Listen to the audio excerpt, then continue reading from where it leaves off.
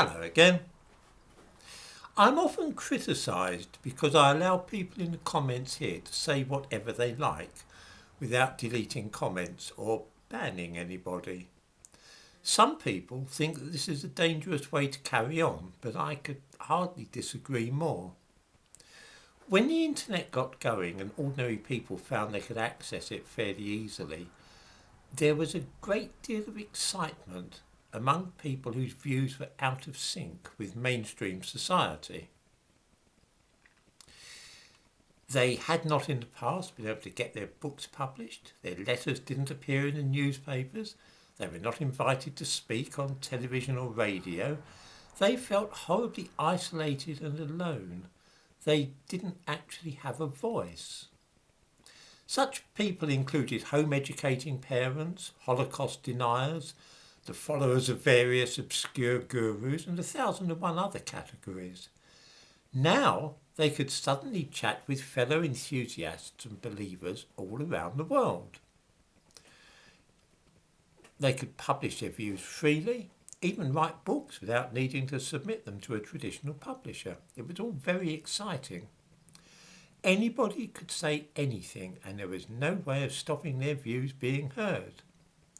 There were chat rooms, Yahoo groups, all sorts of exciting places to meet fellow believers and also to evangelise for this or that cause. Then things began to change. I noticed this trend because as a dedicated home educator, I joined a number of groups on the internet, but soon found that those running the groups had very strong views about what they felt the law should be and what local authorities should and should not be allowed to do regarding home educating parents and things like that. I disagreed with some of these views and I found that my comments were vanishing. Then I was simply removed from groups where I had expressed my opinions too warmly. I heard from other people that the same thing was happening in, to give one example, far-right chat rooms. These new radical and open forums had become limited to those of certain views, with no wish to hear dissenting voices. This was back in 2008 and 2009. Since then, I have observed this same thing happen in other radical groups of both left and right. Both left and right-wing extremists are very keen on censorship, and they don't like to see people who disagree with an accepted viewpoint expressing their views.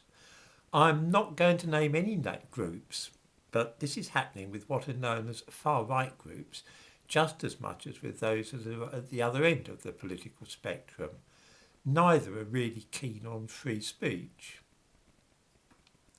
This is one aspect of censorship.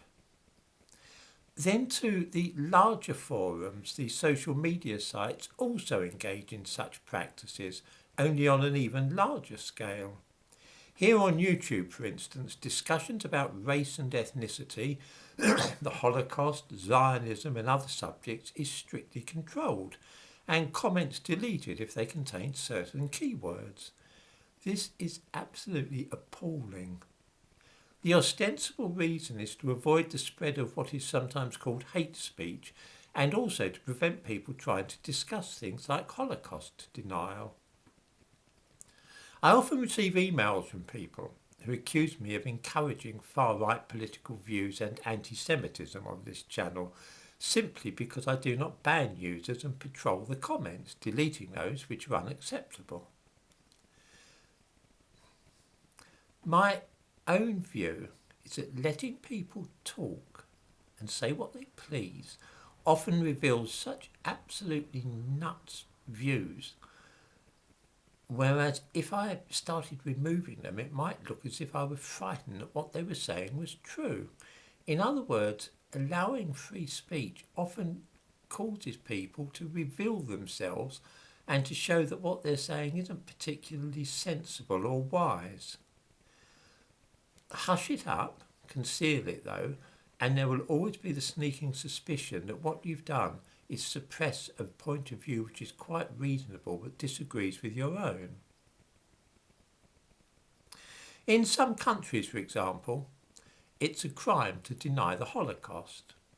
But I cannot for the life of me imagine why.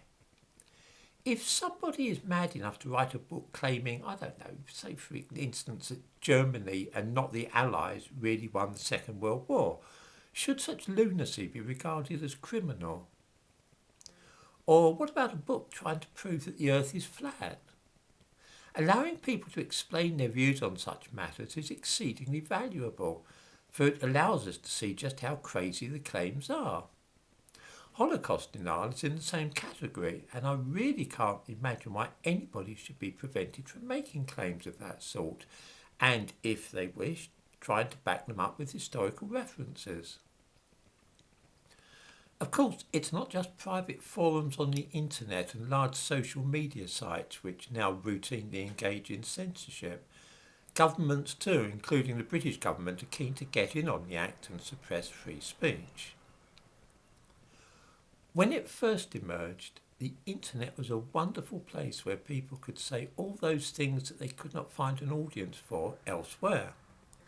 It was an open marketplace where anybody could stand up and denounce race mixing, deny the Holocaust, claim that the moon landings were faked, and all the other stuff that one didn't see in the newspapers or on television.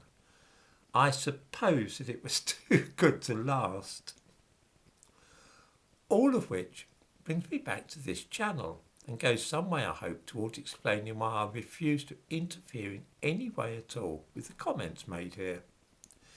I regard some of those comments as completely mad, and a few as being mischievous and wicked.